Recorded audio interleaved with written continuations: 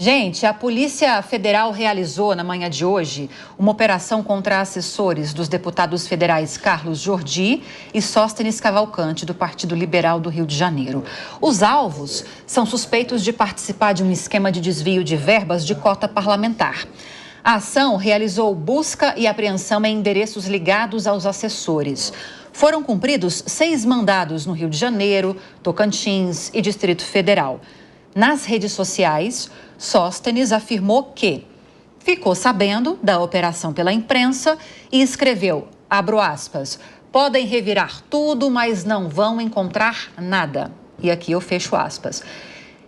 É um caso diferente, mas relativamente comum a outros que aconteceram no passado e recentemente, né? Desvio de verbas públicas. Aqui a gente está falando de cota parlamentar, mas às vezes é desvio de recurso que deveria estar indo para a saúde, que deveria estar indo para a educação. É o mais do mesmo, né, Priscila? O que levanta aquela mesma preocupação de sempre.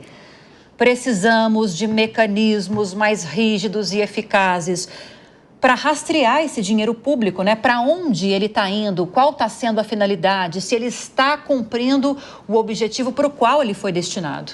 Exatamente, Lívia. Aqui a gente precisa dizer que não importa se é o A ou B, o dinheiro a gente destina, né, a cota parlamentar, que é um dinheiro nosso, para que eles façam, né, uso devidamente. É importante também a gente dizer que, claro, respeitado todas as garantias constitucionais, a gente tem aí uma decisão proferida pelo ministro Flávio Dino, onde ele autorizou busca e apreensão, né, não só nos endereços do Carlos Jordi, como no Sóstenes Cavalcante, também dos seus assessores, e a grande na verdade, aqui investigação é no sentido de desvio, não só, mas também desvio de verbas, onde a gente tem um crime de peculato, que é um crime contra a administração pública, um crime que se desdobra de elementos de corrupção, né? Não estou dizendo que eles fizeram, eles vão ter todas as garantias, espero que assim seja dada. As garantias constitucionais, elas devem ser dadas a todas as pessoas, não à OAB.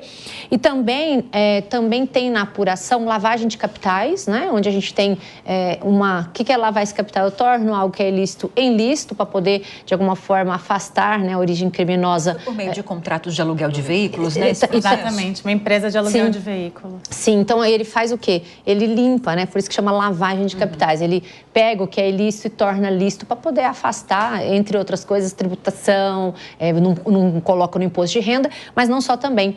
Também há na investigação organização criminosa, né? Então a gente tem crimes aí com penas, e isso é uma exigência da legislação para poder se imputar crimes de organização criminosa, que sejam penas superiores a 4 anos ou crimes transnacionais. Então a apuração não só do desvio, né, dessas verbas que você colocou, mas também desses outros crimes. Então a gente tem que apurar, até porque segundo a nota também que ele disse, que poderia revirar tudo, que nada seria encontrado, né? Então, para que a gente tenha busca e apreensão, Lívia, a gente tem que ter elementos indiciários, ou seja, mínimos, né?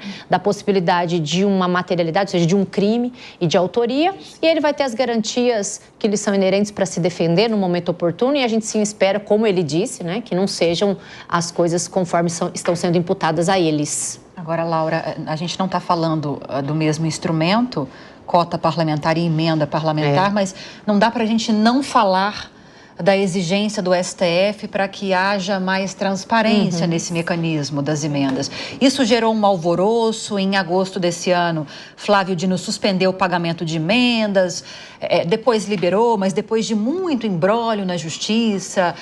Enfim, isso travou votações importantes no Congresso Nacional como forma de pressão dos parlamentares para que esses recursos fossem finalmente liberados. É uma bola de neve, né?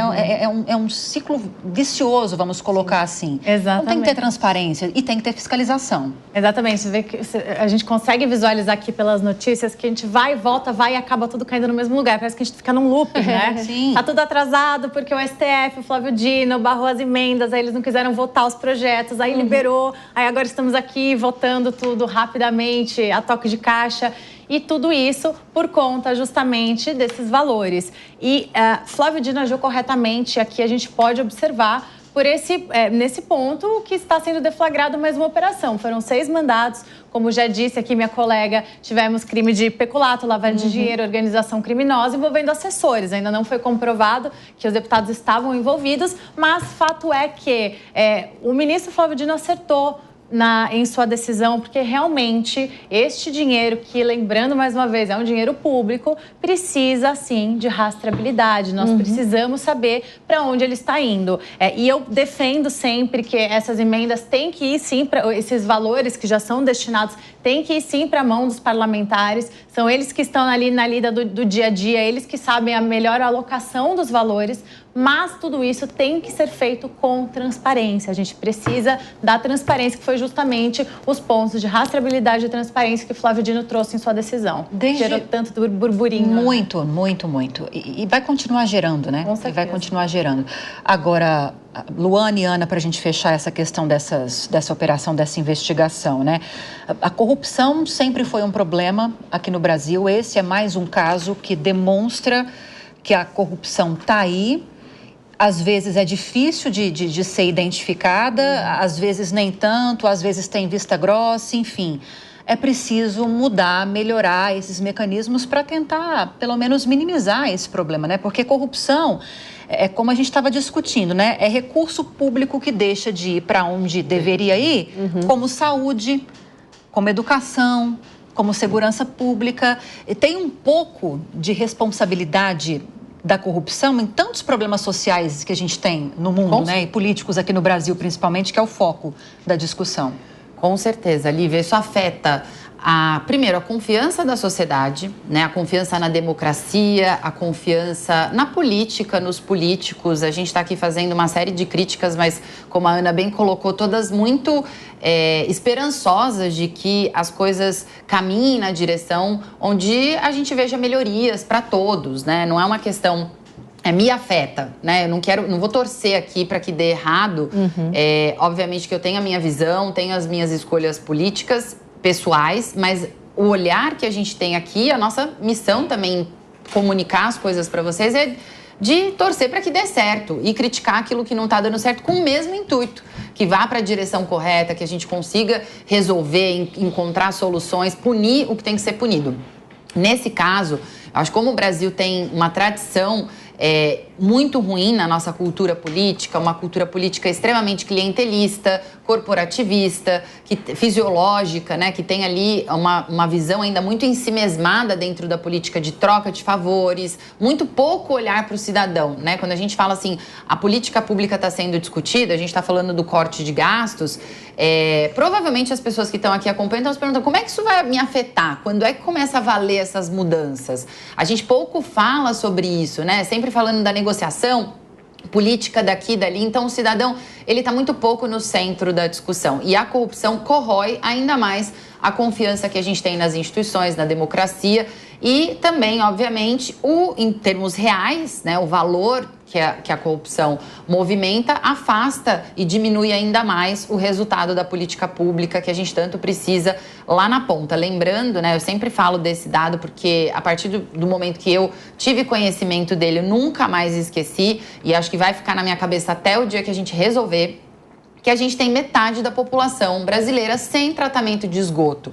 Isso, para mim, assim, nos coloca num lugar tão desfavorável, né, que não deveria ser sequer imaginável, não deveria passar pela cabeça de alguém que tem responsabilidade pública em cometer esse tipo de crime, em cometer desvios, porque a função de servir, seja um parlamentar, seja um prefeito, um governador, é de fato colocar os interesses da sociedade à frente. Então, eu, como a Priscila, torço que não seja o caso. A gente sabe que a gente precisa cumprir o rito aí, judicial, o rito legal, mas que, se for real, que sirva de exemplo, que tenha uma punição compatível com o custo que isso tem para a sociedade e que a gente cada vez mais vá tendo essa postura dura em casos como esse, para que haja um exemplo na sociedade, haja uma mudança de postura, porque realmente quem está lá com a caneta na mão, com o poder de usar recursos para tomar decisões, tem que cumprir a responsabilidade que isso vem junto, né? Que isso carrega, que é a de realmente olhar para a sociedade como um todo.